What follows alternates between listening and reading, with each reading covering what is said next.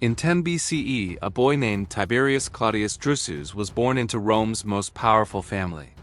Frail, with a limp and a stutter, he was an embarrassment. His own mother called him weak, a monster. His tutors whispered he'd never amount to anything. While other boys trained for war, Claudius disappeared into scrolls of history, philosophy, and law. The imperial court saw him as harmless, a fool to be ignored. That blindness became his greatest armor. Even the great Emperor Augustus dismissed him as a curiosity, not a danger.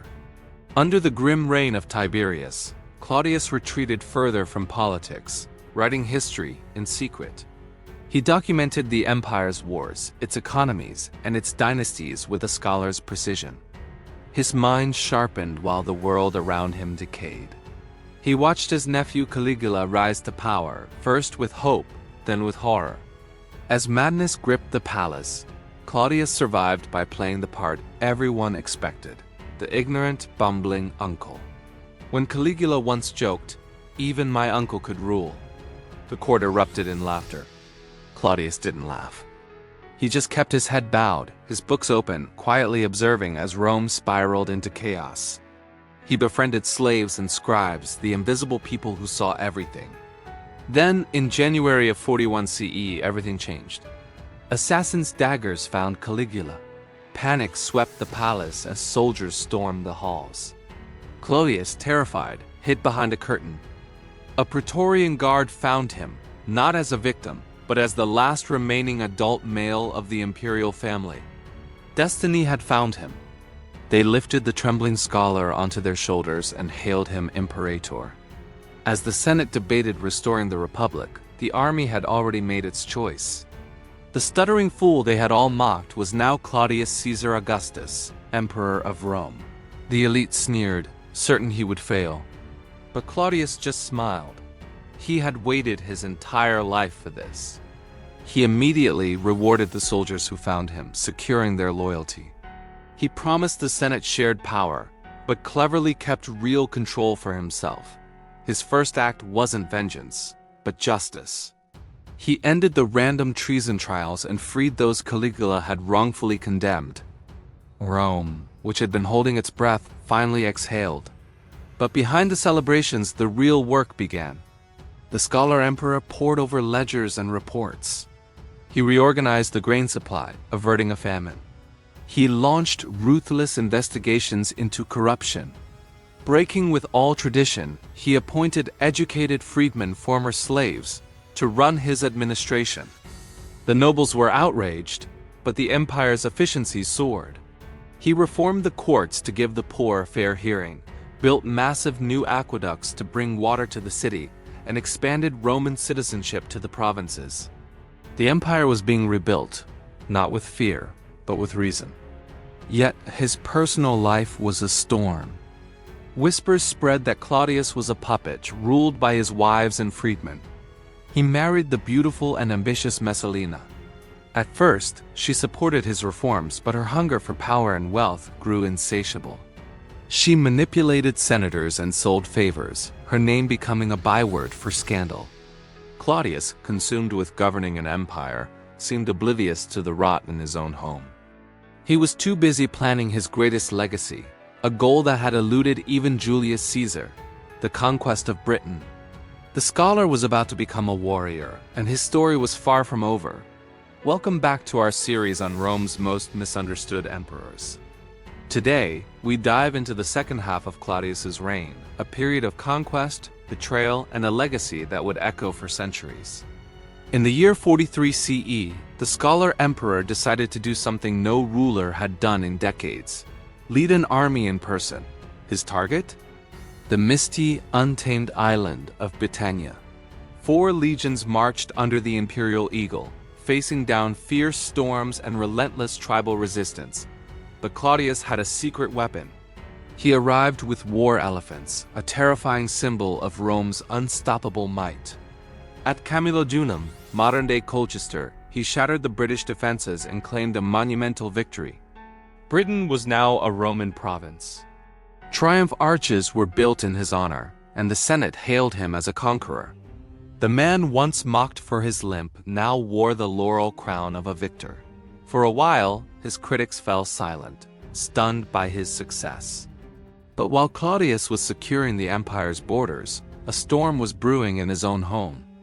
His wife, Messalina, driven by unchecked ambition, committed the ultimate betrayal. While Claudius was away, she secretly married her lover, Gaius Silius, in a public ceremony. The scandal threatened to tear the imperial family apart. When loyal freedmen like Narcissus and Pallas revealed the plot, Claudius returned to Rome in a fury. His patience had finally run out. Messalina and her lover were executed, and the Senate ordered her name to be erased from all public records, a practice known as damnatio memoria. The tragedy left a deep scar on Claudius, but it did not stop him. He threw himself back into his work, rebuilding not just his own life but the very fabric of the empire. He expanded the Senate, welcoming provincial elites into the heart of Roman politics for the first time. He commissioned the construction of Portus at Ostia, a massive new harbor that secured Rome's vital grain supply. And he gifted the city two monumental aqueducts, the Aqua Claudia and the Anno Novus, engineering marvels that brought fresh water to 1 million people. Under his watch, trade flourished and the empire prospered. Yet the Roman court was a viper's nest, and it wouldn't stay quiet for long. His advisors, worried about the succession, urged him to remarry. This time, it would be a marriage of political alliance, not love. His choice was shocking: his own niece, Agrippina the Younger. A descendant of Augustus, she was ambitious, ruthless, and had a son from a previous marriage, a boy named Nero. Agrippina immediately began her power play. She flattered Claudius, calling him the new Augustus, while systematically isolating his loyal freedmen and advisors. All her efforts were focused on promoting her son. Nero was given the title Prince of Youth, a clear sign he was being groomed for power. Claudius's own son, Britannicus, was pushed into the shadows, his claim to the throne weakening by the day. As Claudius grew older, he became more cautious, increasingly uncertain of who to trust in his own palace. That in the year 54 CE, the end came swiftly. During a banquet, Claudius dined with Agrippina and Nero. Shortly after, he fell violently ill. The symptoms, the historians tell us, were consistent with poison. Rumors swirled, whispering of a dish of tainted mushrooms, a grim joke, as mushrooms were called the food of the gods. Within hours, Claudius, the unlikely emperor, was dead. Almost immediately, Agrippina announced Nero's accession to the throne. Rome mourned the loss of a stable and effective ruler, though some in the Senate quietly celebrated the end of his reign. In a final ironic twist, the Senate deified him, officially naming him Divus Claudius. Temples were built in his honor.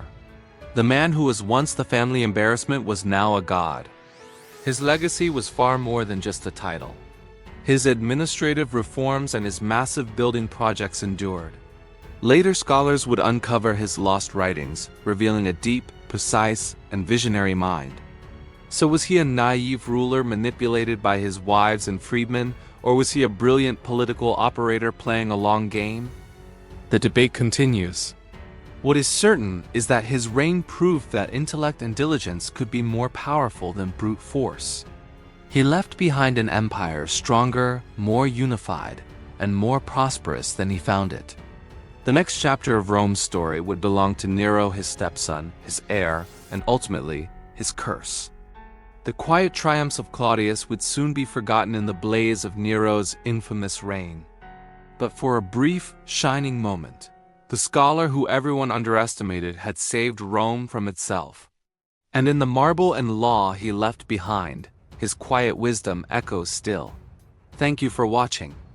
If you enjoyed this journey into the life of Claudius, be sure to like, subscribe, and hit that notification bell so you don't miss our next episode, where the fires of Rome begin to rise.